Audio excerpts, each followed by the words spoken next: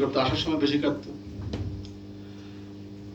তো পরে আমার বড় ভাই বুঝাতো, তখন আমার মনে পড়ে তুমি এখন কাঁদছো, তখন যে কাঁদবা সেটা হবে দুঃখের কাঁদা। দেখেন কত বড় একটা কথা বলছে, আমি তখন ছোট, বুঝি নাই যেত, এখন বুঝি। ভালো লেগেছিল কথাটা। এরপর যখন মা কাঁদে তুমি হোক, সবকিছু মিলিয়ে মাকে আমি চেষ্টা করেছি সেবা করার, বা সবকিছু মিলিয়ে মার কাছ থেকে দোয়া নেওয়ার চেষ্টা করেছি। আমার বাবা চলে গেছেন আগে, 1999 সালে, 2001 সালে 3 সালে বাবা মারা যায়। তো আমি ছোট ছেলে হিসেবে যতটুকু স্যাক্রিফাইস করেছি বাবা মার কাছ থেকে, একসময় আমার কাছে মনে হলো যে আমি ওদের মা ডাকে ভুলে গেলাম।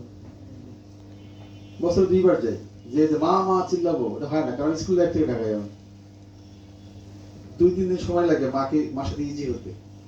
তো মা কয় কি রে, তো কি হয়েছে, কিছু হয়নি। ঠিক এই কথাটা বলবে যখন আপনার ছেলে মেয়ে যদি ক্যালকুলাস চান্স পায়, তখন বলবে।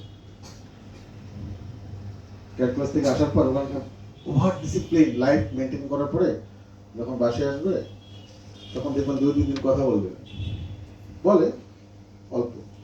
তো আপনার কাছে মনে হবে ছেলে মেয়েটা কেমন ঠিক হয়ে যায়। তো এই যে স্যাক্রিফাইস, আমি মনে করি আমাদের প্রত্যেকের জীবনে যদি একটু স্যাক্রিফাইস থাকে, স্যাক্রিফাইস ব্রিংস সাকসেস।